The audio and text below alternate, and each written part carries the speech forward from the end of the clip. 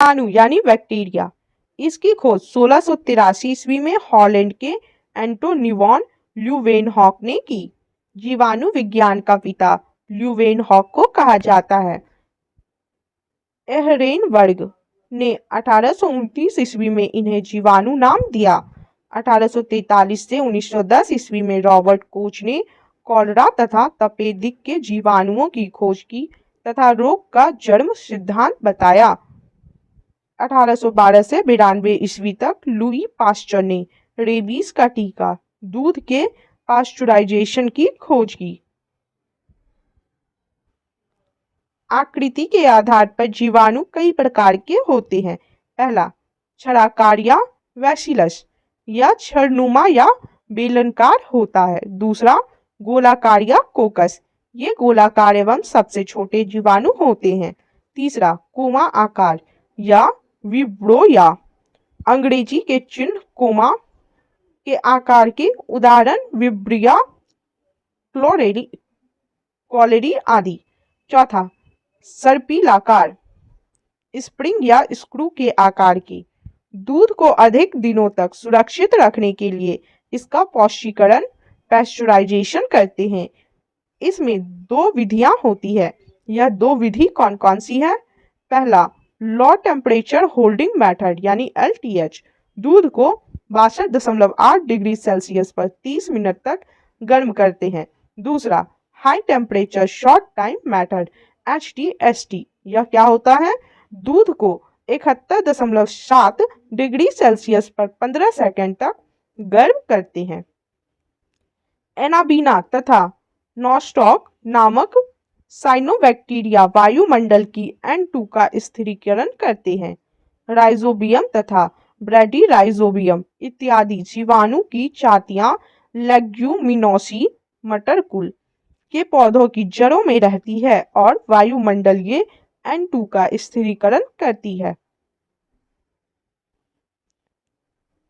Azotobacter, Azospirillum तथा clostridium जीवाणु की कुछ जातियां स्वतंत्र रूप से मिट्टी में निवास करती हैं। वह मिट्टी के कणों के बीच स्थित वायु के नाइट्रोजन का स्थिरीकरण करती है। चर्म उद्योग में चमड़े के बालों और वसा हटाने का कार्य जीवाणुओं के द्वारा होता है। इसे चमड़ा कमाना यानी टैनिंग कहते हैं। आचार, मुरब्बे, शरबत को शक्कर की गाढ़ी चाशनी में या अधिक नमक में रखते हैं ताकि जीवाणुओं का संक्रमण होते ही जीवाणुओं का जीव द्रव्य कुंचन प्लाज्मोलिस हो जाता है तथा जीवाणु नष्ट हो जाते हैं। इसलिए अचार, मुरब्बे बहुत अधिक दिनों तक खराब नहीं होते। शीत संग्रहागार, कोल्ड स्टोरेज में न्यून ताप -10 डिग्री सेल्सियस से -18 डिग्री सेल्सियस पर सामग्री का संचय करते हैं। अब देखेंगे ब्रायोफाइटा, यह सबसे सरल स्थलीय पौधों का समूह है। इस प्रभाग में लगभग 25,000 जातियां सम्मिलित की जाती हैं। इसमें संवहन ऊतक अर्थात जाइलम एवं फ्लोएम का पूर्णतः अभाव होता है।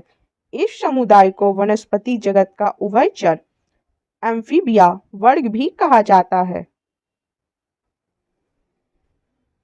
इस समुदाय के पौधे मृदा अपरदन को रोकने में सहायता प्रदान करते हैं। स्फेगनम नामक मॉस अपने स्वयं के भार से 18 गुना अधिक पानी सोखने की क्षमता रखता है। इसलिए माली इसका उपयोग पौधों को एक स्थान से दूसरे स्थान पर ले जाते समय सूखने से बचाने के लिए करते हैं। स्फेगनम मॉस का प्रयोग ईंधन के रूप में किया जाता है। स्फेगनम मॉस का प्रयोग एंटीसेप्टिक के रूप में भी किया जाता है। टेरिडोफाइटा, इस समूह के पौधे नमी छायादार स्थानों, जंगलों एवं पहाड़ों पर अधिकता से पाए जाते हैं। पौधों का शरीर जड़, तना, शाखा एवं पत्तियों में विभेदित रहता है। तना साधारण राइजोम के रूप में रहता है।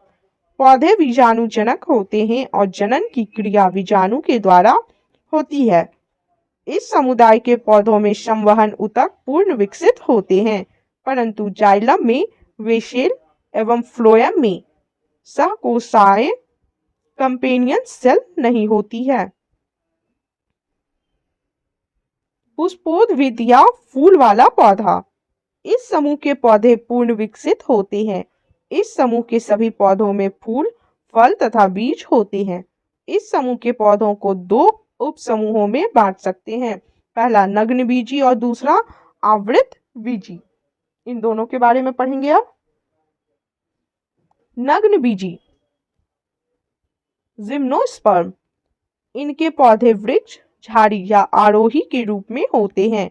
पौधे काष्ठीय, बहुवर्षीय और लंबे होते हैं। इनका मुसला जड़ें पूर्ण विकसित होती है। परागन की क्रिया वायु द्वारा होती है। ये मरुद्भिद होते हैं। वनस्पति जगत का सबसे ऊंचा पौधा सिकोया सेम्परविरेंस इसी के अंतर्गत आता है। इसकी ऊंचाई 120 मीटर है। इसे कोस्ट रेडवुड ऑफ कैलिफोर्निया भी कहते हैं। सबसे छोटा अनावृतबीजी पौधा जैमिया पिग्मिया है। जीवित जीवाश्म साइकस, जिंगो वाइलोवा एवं मोटा सिकोया है। जिंगो वाइलोवा को मेडन हेयर ट्री भी कहते हैं। साइकस के बीजांड यानी ओव्यूलस एवं नरयुग्मक एंथेरोगोइट्स पादप जगत में सबसे बड़े होते हैं। पाइनस के परागकण इतनी तादाद में होते हैं कि पीले बादल सल्फर शॉवर्स बन जाते हैं। जिम्नोस्पर्म का आर्थिक महत्व बताएंगे। पहला, भोजन के रूप में साइकस के तनों से मंड निकालकर खाने वाला साबूदाना बनाया जाता है, इसलिए साइकस को सागोपाम कहते हैं। दूसरा महत्व है लकड़ी। लकड़ी में क्या महत्व है? चीड़ यानी पाइन, शिकोया, देवदार, स्प्रूस आदि की लकड़ी से फर्नीचर बनाते हैं। तीसरा है वाष्पीय तेल। चीड़ के पेड़ से तारपीन का तेल, देवदार की लकड़ी से सिड्रस तेल तथा जूनिपेरस की लकड़ी से काष्ठक तेल मिलता है। चौथा है टेनिन, चमड़ा बनाने तथा स्याही बनाने में काम आता है। पांचवा है रेजिन, कुछ शंकु पौधों से रेजिन निकाला जाता है जिसका प्रयोग वार्निश, पॉलिश, पेंट आदि बनाने में होता है। इसके बाद है आवृतबीजी एंजियोस्पर्म। इस उपसमूह के पौधों में बीज फल के अंदर होते हैं। इनके पौधों में जड़, पत्ती, फूल, फल एवं बीज सभी पूर्ण विकसित होते हैं। इस उपसमूह के पौधों में बीजपत्र होते हैं। बीजपत्रों की संख्या के आधार पर पौधों को दो वर्गों में विभाजित किया गया है। पहला, एक बीजपत्री पौधे और दूसरा द्विबीजपत्री पौधे। एक बीजपत्री पौधे उन पौधों को कहते हैं जिनके बीज में सिर्फ एक बीजपत्र होता है। इनके कुल का नाम एवं प्रमुख पौधों का नाम निम्न सारणी में दी गई है। कुल का नाम और उनके प्रमुख पौधों का नाम। लिलिएसी का प्रमुख पौधा है लहसुन और प्याज। लिलिएसी कुल का नाम है और इसका प्रमुख पौधा है लहसुन और प्याज। पाल्मी सुपारी, तार, नारियल और खजूर। पाल्मी सुपारी, तार, नारियल और खजूर। ग्रेमिनेशी गेहूं, मक्का, बांस, गन्ना, चावल, ज्वार, बाजरा, जौ, जई आदि। ग्रेमिनेशी गेहूं, मक्का, बांस, गन्ना, चावल, ज्वार, बाजरा, जौ, जई आदि। द्विबीजपत्री पौधे, इस वर्ग में वे पौधे आते हैं जिनके पौधों के बीजों में दो पत्र होते हैं। इनके कुल का नाम एवं प्रमुख पौधों का नाम निम्न सारणी में दी गई है। चलिए अब हम लोग देखेंगे द्विबीजपत्री पौधे के कुल का नाम और प्रमुख पौधों का नाम। क्रूसीफेरा, मूली, सलजम और सरसों। क्रूसीफेरी के प्रमुख पौधे हैं मूली, सलजम और सरसों। मालवेसी के प्रमुख पौधे हैं कपास, भिंडी, गुड़हल। मालवेसी, कपास, भिंडी और गुड़हल। लेग्यूमिनोसी के प्रमुख पौधे हैं बबूल, चुईमुई, कत्था, गुलमोहर और अशोक। कचनार, इमली तथा सभी दलहन फसल। लेग्यूमिनोसी के प्रमुख पौधे हैं बबूल, छुई-मुई, कत्था, गुलमोहर, अशोक, कचनार, इमली तथा सभी दलहन फसल। कंपोजिट के प्रमुख पौधे हैं सूरजमुखी, भृंगराज, गेंदा, कुसुम, सलाद, डहेलिया आदि। कंपोजिट के प्रमुख पौधे हैं सूरजमुखी, भृंगराज, गेंदा, कुसुम, सलाद, डहेलिया आदि।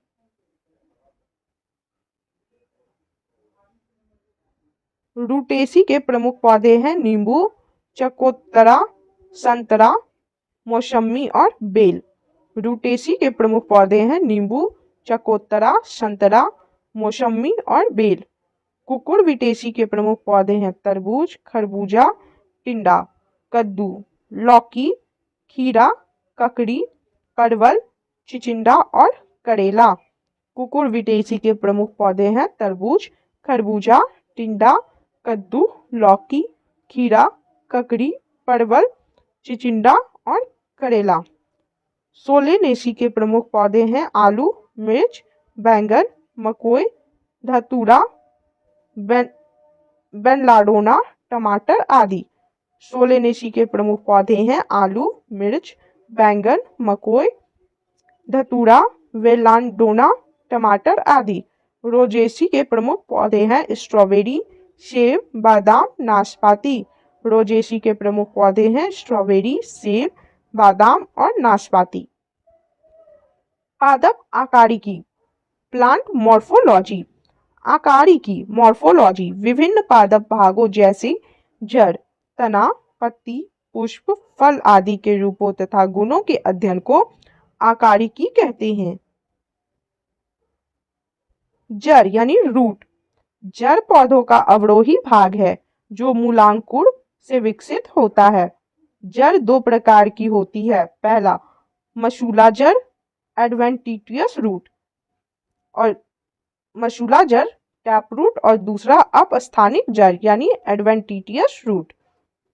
जड़ सदैव प्रकाश से दूर भूमि में वृद्धि करती है। मसूला जड़ों का रूपांतरण, शंकु आकार, कोनिकल गाजर, कुंभी रूप, नेपिफोरम, सलजम और चुकंदर, तुर्की रूपी यानी फ्यूसिफॉर्म, मूली। तना यानी स्टीम के बारे में देखेंगे। यह पौधे का वह भाग है जो प्रकाश की ओर वृद्धि करता है। यह परागकूट से विकसित होता है। यह पौधे का प्ररोह तंत्र बनाता है। तनों का रूपांतरण देखेंगे। भूमिगत तने और उनका उदाहरण, कंद यानी ट्यूबर, आलू, धनकंद, कॉर्म, बंडा और केसर, सल्ककंद यानी बल्ब, प्याज और प्रकंद, राइजोम, हल्दी और अदरक में तने प्रकंद के रूप में होते हैं। अब देखेंगे पत्ती यानी लीफ के बारे में। यह हरे रंग की होती है। इसका मुख्य कार्य प्रकाश संश्लेषण क्रिया के द्वारा भोजन बनाना है। पुष्प, फ्लावर, यह पौधे का जनन अंग है। पुष्प में बाह्य दलपुंज, पुमंग और जयांग पाए जाते हैं। इनमें से पुमंग नर जननांग व जयांग मादा जननांग है। पुमंग में एक या एक से अधिक पुंकेसर यानी स्टेमेंस होते हैं। पुंकेसर में परागकण यानी पॉलन ग्रेन्स पाए जाते हैं। जयांग, इसमें अंडप होते हैं। अंडप के 3 भाग होते हैं। पहला अंडाशय यानी ओवरी, दूसरा वर्तिका यानी स्टाइल और तीसरा वर्तिकी काग्र यानी स्टिग्मा। परागन यानी पॉलिनेशन, पराग कोश एंथर से निकलकर अंडप के वर्तिकाग्र पर परागकणों के पहुंचने की क्रिया को परागन कहते हैं। परागन 2 प्रकार से होते हैं। पहला स्वपरागन यानी सेल्फ पॉलिनेशन और दूसरा परपरागन यानी क्रॉस पॉलिनेशन। निषेचन यानी फर्टिलाइजेशन क्या होता है देखेंगे। पराग नली बीजांड में प्रवेश करके बीजांडकाय को वेदती हुई भ्रूण कोश तक पहुंचती है और पराग कणों को वहां छोड़ देती है। इसके बाद एक नर युग्मक एक अंड कोशिका से संयोजन करता है। इसे निषेचन कहते हैं। निषेचित अंड युग्मनज यानी जाइगोट कहलाता है।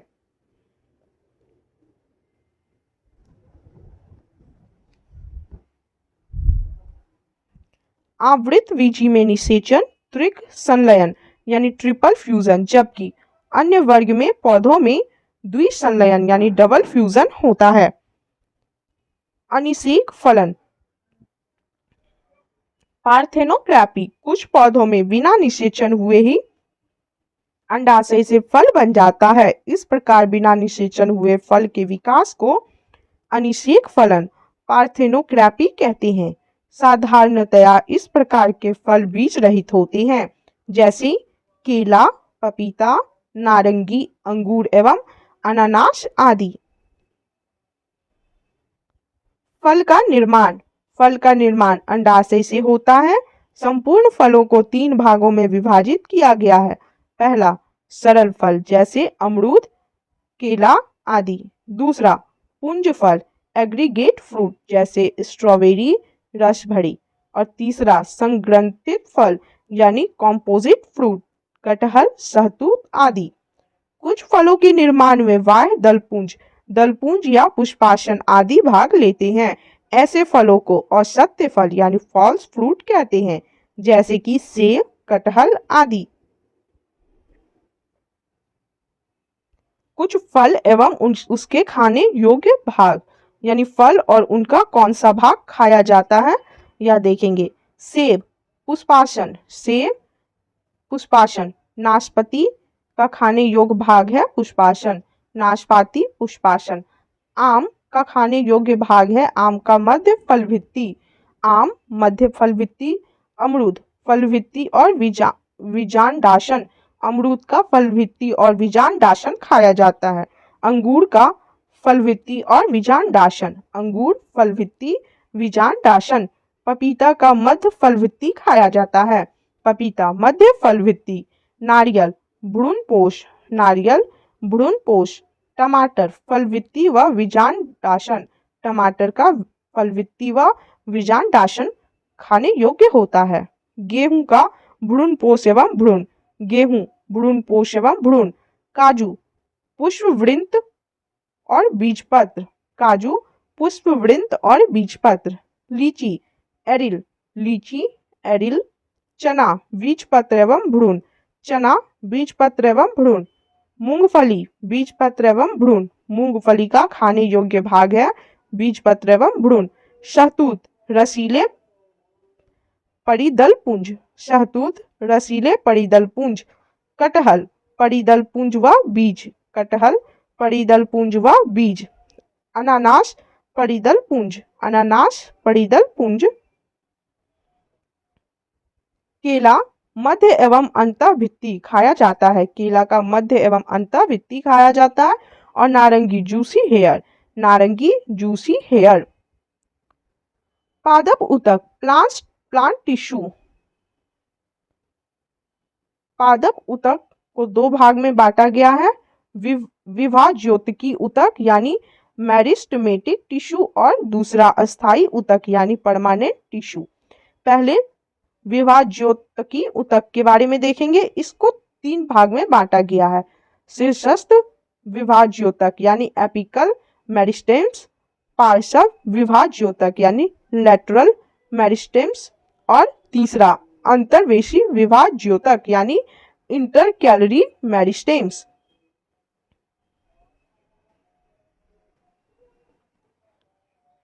यह था विभाज्योतिकी ऊतक के भाग। इसके बाद अब हम लोग देखेंगे अस्थायी ऊतक यानी परमानेंट टिश्यू।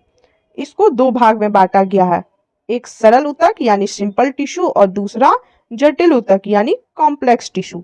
अब सरल ऊतक को भी 3 भाग में बांटा गया है, मृदुतक यानी पैरेन्काइमा, स्थूल कोण ऊतक यानी कोलेनकाइमा और दृढ़ ऊतक यानी स्क्लेरेन्काइमा। जटिल ऊतक यानी कॉम्प्लेक्स टिश्यू को 2 भाग में बांटा गया, जाइलम और फ्लोएम। चलिए अब इनके बारे में डिटेल्स में पढ़ेंगे। ऊतक यानी टिश्यू समान उत्पत्ति, संरचना एवं कार्यों वाली कोशिकाओं के समूह को ऊतक यानी टिश्यू कहते हैं। विव विभाज्योतिकी ऊतक यानी मेरिस्टेमेटिक टिश्यू। पौधे के वर्धी क्षेत्रों ग्रोइंग रीजन को विभाज्योतक यानी मेरिस्टेम कहते हैं।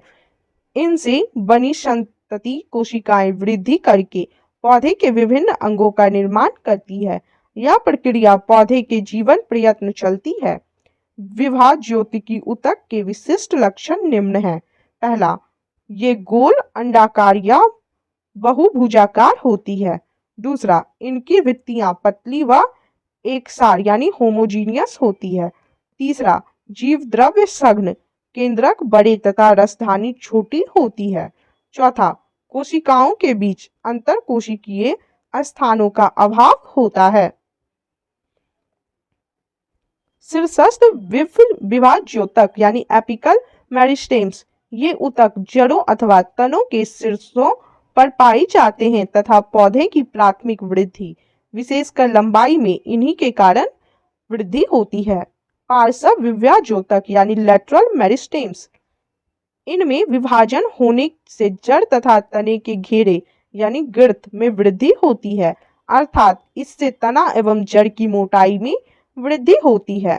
अंतर्वेशी विभाज्योतक यानी इंटरकैलरी मेरिस्टेम्स, यह वास्तव में शीर्षस्थ विभाज्योतक का अवशेष है जो बीच में अस्थायी ऊतकों के आ जाने से अलग हो गए हैं।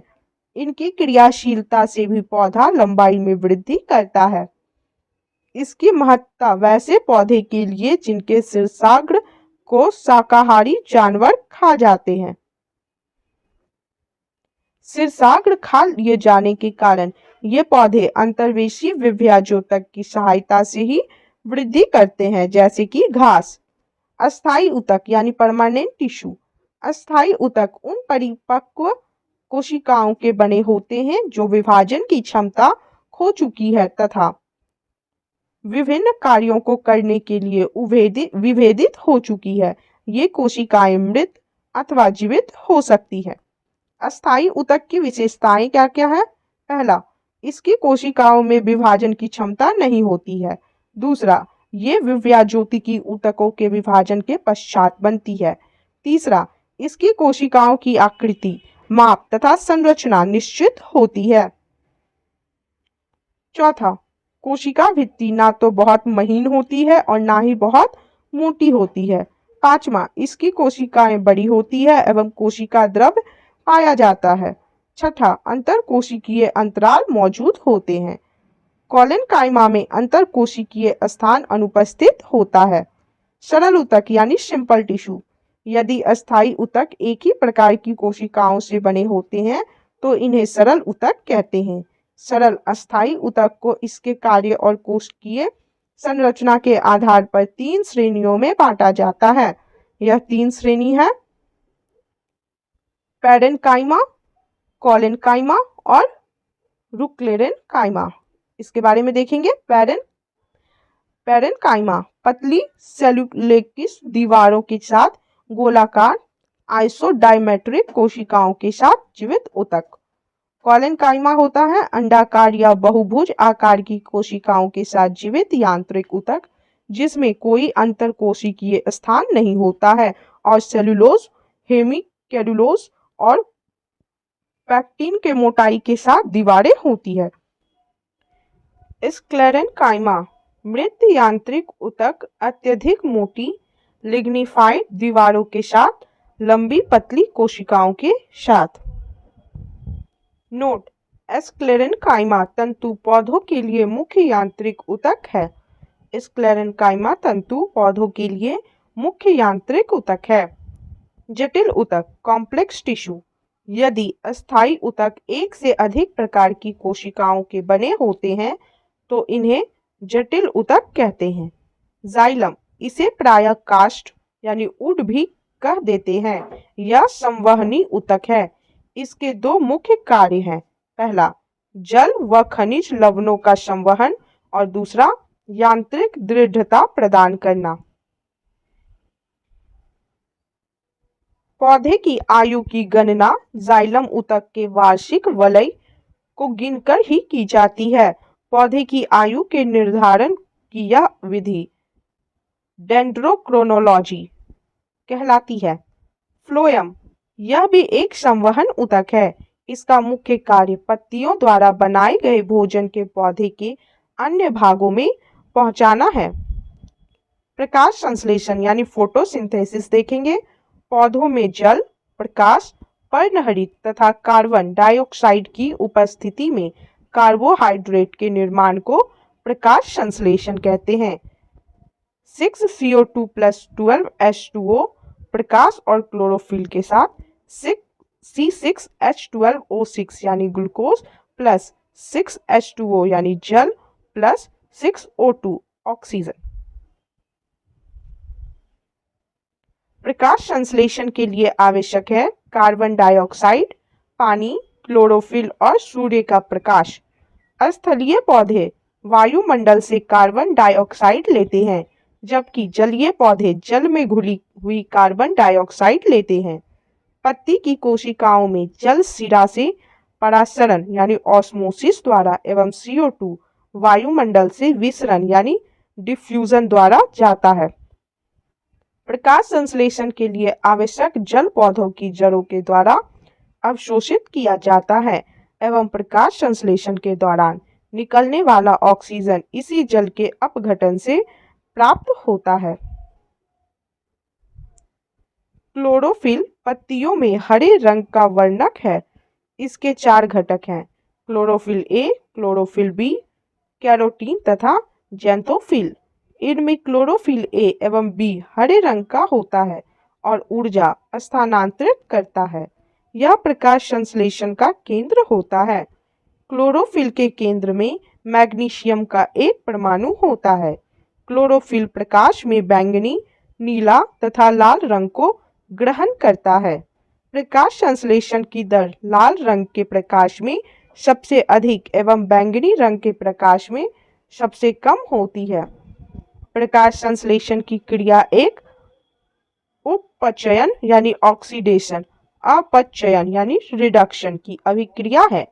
इसमें जल का उपचयन ऑक्सीजन के बनने में तथा कार्बन डाइऑक्साइड का अपचयन ग्लूकोज के निर्माण में होता है। प्रकाश संश्लेषण क्रिया की 2 अवस्थाएं होती है। पहला, प्रकाश रासायनिक क्रिया फोटोकेमिकल रिएक्शन। दूसरा, रासायनिक प्रकाशहीन क्रिया डार्क केमिकल रिएक्शन। इन दोनों के बारे में देखेंगे।